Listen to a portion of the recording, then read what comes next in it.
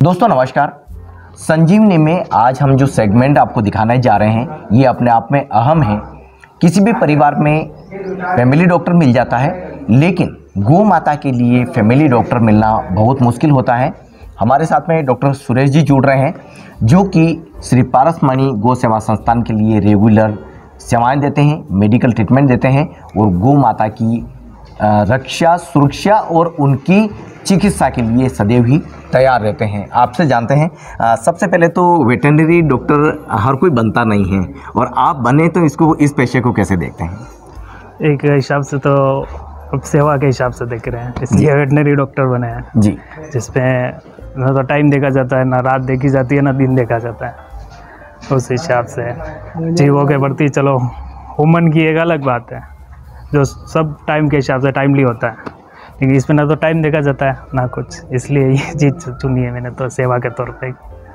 पहले लोग बहुत कम आते थे वेटरनरी में, अब लगातार लोग इसमें बढ़ते जा रहे हैं, क्या कहते हैं? बढ़ने का रीज़न क्योंकि पहले ना तो कॉलेज थे, अभी हर जगह संस्थान खुल गया है, कॉलेज भी बहुत बड़े हैं। पहले कम कॉलेज थे, ना लोग इसके प्रति जागरूक थे ना कुछ। उस हिसाब से वापस डेयरी भी बढ़ी है, गौशाला भी बढ़ी है, रेगुलर डॉक्टर भी बढ़े हैं जी। अब आप ये एक अहम सवाल जो हम कर रहे हैं, हर घर में आपको फैमिली डॉक्टर मिल जाएंगे, कहीं न कहीं अटैचमेंट देखने को मिल जाता है, लेकिन गायों के लिए फैमिली डॉक्टर मिलना बहुत मुश्किल होता है, और आप पारसमणि गौ सेवा संस्थान के लिए एक फैमिली डॉक्टर के रूप में ट्रीटमेंट देने आते हैं, कैसे देखते हैं इसको? देखो, कुल मिला के ये भी सेवा कर रहे हैं कि हिसाब से आपने देखा है, सेवा के हिसाब से।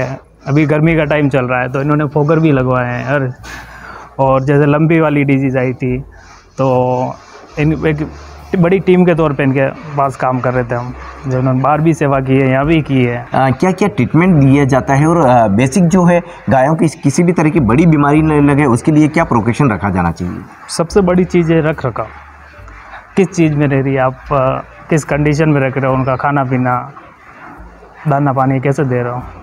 सबसे बड़ी अपन उनका खाना पीना मेंटेन करेंगे तो कोई बीमारी, लगभग तो 70% बीमारियाँ उनसे दूर रहेगी।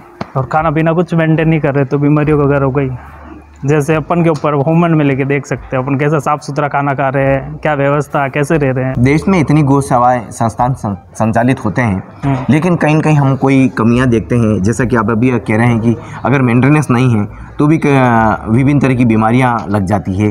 तो क्या रखा जाना चाहिए और क्या एजेंडा तय होना चाहिए? लोग खोलने में तो गौशाला खोल देते हैं, कोई सेवा के पर्पज़ से खोल रहा है, कोई पैसों के पर्पज़ से। आप बहुत सारी गौशाला में विज़िट करना, आपको देखने को मिल जाएगा कहाँ क्या सेवा है क्या नहीं है।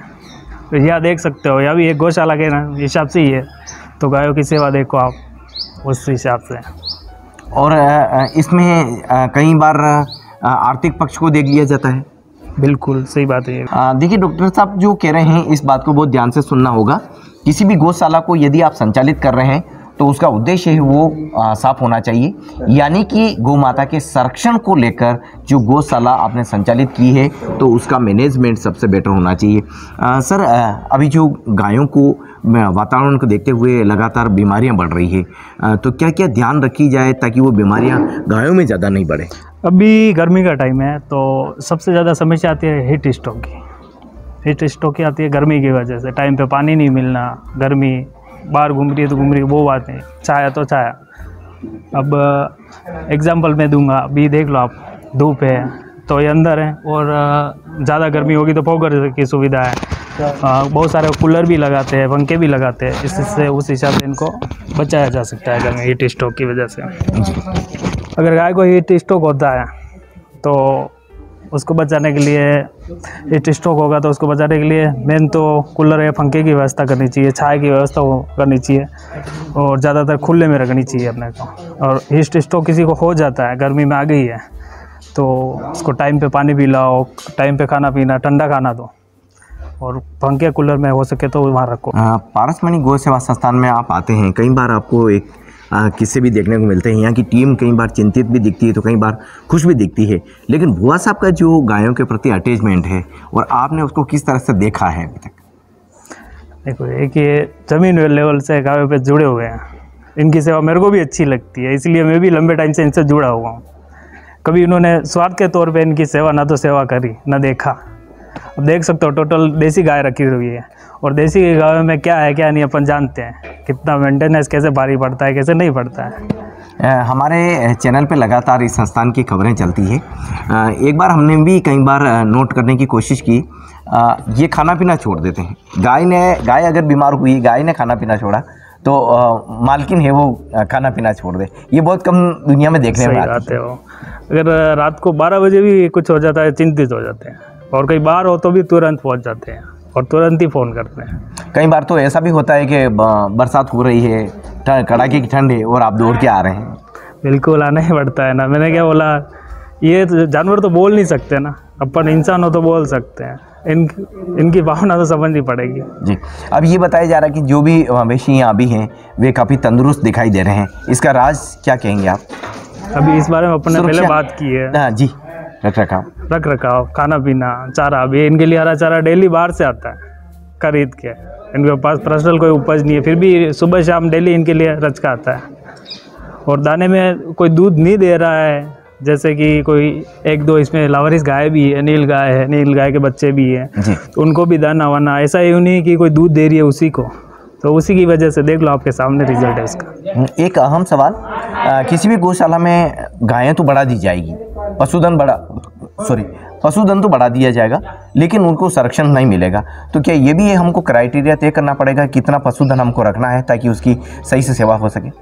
सही है ना। अब जैसे कि कोई गौशाला है, वहाँ 200 गाय वो रख सकते हैं, 200 की जगह 300 रख रहे हैं, 350 रख रहे हैं, तो फिर ना तो उनका ढंग से खाना पीना हो पाता है, ना ही रख रखाव हो पाता है, तो उसका फिर आपके सामने होता है कि उसका रिजल्ट, कोई बीमार हो रही है, कोई बाहर खड़ी है, ना टाइम उनको उनके पूर्ति के हिसाब से ना खाना ना दाना मिल पाता है। जी, एक उदाहरण जैसे आपने बताया हम भी देख रहे हैं, अब ये नील गाय का बच्चा है और इन गायों को बीच में आराम से रह रहा है। ऐसा बहुत कम होता है क्योंकि ये तो मनुष्य को भी देखता है तो देखते ही भागता है, लेकिन एक वातावरण मिला है, तो क्या ऐसा भी कई बार एक उदाहरण पेश होता है? क्या कहते हैं? सही बात है, वातावरण के हिसाब से ये छोटा बच्चा ही आ गया, और ये 1 साल में हमने 4 से 5 नील गायों का इलाज कराया और वापस तो बड़ी होते जंगल में छोड़ा है, इनको रखते भी नहीं है यहाँ। जब बड़ी हो गई अपनी मर्जी से जा आ सकती है जी, तो उस माहौल में यही सेट हो जाती है। अब आपका जो डेली रूटीन है, आप किस तरह से चार्ट मेंटेन करते हैं इस गौशाला के लिए? किस तरह की दिनचर्या आपने बना ली है खुद ने भी? अगर कोई इमरजेंसी हो तो पहले भी आना पड़ता है, बाकी डेली शाम को आना ही पड़ता है, एक बार चेक करना है किसी को क्या प्रॉब्लम है, हो नहीं हो फिर भी आना है एक बार। जी, तो आज देखिए हमारे इस स्पेशल सेगमेंट में हम आपको बार बार यही बता रहे हैं कि किसी भी परिवार में फैमिली डॉक्टर होता है, लेकिन गौ माता के लिए फैमिली डॉक्टर शायद ही हो, और ये पहला उदाहरण डॉक्टर सुरेश जी हैं आपके सामने, जो इस पारस मणि गौ सेवा संस्थान के लिए उदाहरण के तौर पे देखे जा रहे हैं। आपका साफ कहना है कि जब भी यहाँ मुझे बुलाया जाता है मैं आता हूँ और यहाँ मेडिकल ट्रीटमेंट देता हूँ, प्रिकॉशन रखा जाता है और एक सावधानी बरती जाती है, तो गौ माता को संरक्षण भी अच्छे से मिलता है। जैसा कि अभी गर्मी का सीज़न है, स्ट्रोक से बचाया जाए गायों को, तो जो लंबी बीमारियां हैं, बड़ी बीमारियां हैं, वो नहीं लगती है। डॉक्टर साहब, इस तरह का जो ये इंस्टॉलेशन अभी कराया है, ये वाटर सिस्टम, क्या कहते हैं आप, हर गौ सेवा संस्थान में होनी चाहिए? ऐसी होना चाहिए ना जी। अगर गर्मी का टाइम है और ज़्यादा गर्मी पड़ रही है तो हीट स्ट्रोक होगा, तो जानवर उसमें आने के बाद एक तो उसका दूध उत्पादन भी कम हो जाएगा, खाना पीना भी कम करेगा, और ज़्यादा तकलीफ हुई तो मर भी सकता है, तो उस हिसाब से अगर लगा जाए तो बढ़िया बात है। जी, सरकार को भी इस तरह की इनिशियली लेना चाहिए, इस तरह की लेनी चाहिए ना, बिल्कुल लेनी चाहिए। कोई बड़ी गौशाला है जैसे, तो उन पर अनुदान पे ये काम होना चाहिए जो हर आदमी लगा सके, बात ही है। डेयरी पे, जैसे डेयरी पे भी इनको अनुदान जैसे ऐसी कोई सुविधा प्राप्त करनी चाहिए गवर्नमेंट को, जो हर इंसान लगवा सके। अच्छा, बहुत सारे लोगों को जागरूकता के तौर पे ज़्यादा देखने को नहीं मिलता है। अब हम जब इस संस्थान की ऐसी तस्वीर देखते हैं तो यहाँ जो दूध दही या जो भी कुछ प्रोडक्शन है उसमें वृद्धि देखी जा सकती है अगर मैनेजमेंट बेस्ट होता है तो? मैनेजमेंट बेस्ट हो तो देखी जा सकती है, क्यों नहीं देखी जा सकती।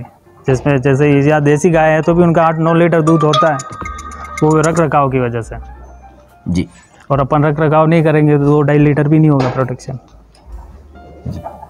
डॉक्टर सुरेश जी का साफ कहना है कि इस तरह के गौ सेवा संस्थान का यदि मैनेजमेंट किया जाए तो वे बेहतर साबित हो सकते हैं, एक अच्छी तस्वीर समाज में पेश हो सकती है, उसके अलावा गायों को संरक्षण मिल सकता है। श्री पारसमणि गौ सेवा संस्थान की जो तस्वीरें हैं इसमें डॉक्टर सुरेश जी हमेशा इसी तरह से यहाँ आते हैं, मेडिकल ट्रीटमेंट देते हैं। जैसा कि आपका कहना है कि यदि गायों को समय रहते सही ट्रीटमेंट दिया जाए तो उन गायों को संरक्षण भी मिल सकता है, और यही नहीं, जो दूध और अन्य जो वस्तुएं हैं उसमें प्रोडक्शन में भी वृद्धि देखी जा सकती है।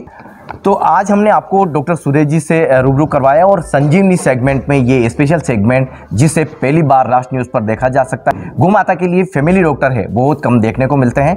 पारसमणि गौ सेवा संस्थान में डॉक्टर साहब इसी तरह से सेवाएं दे रहे हैं।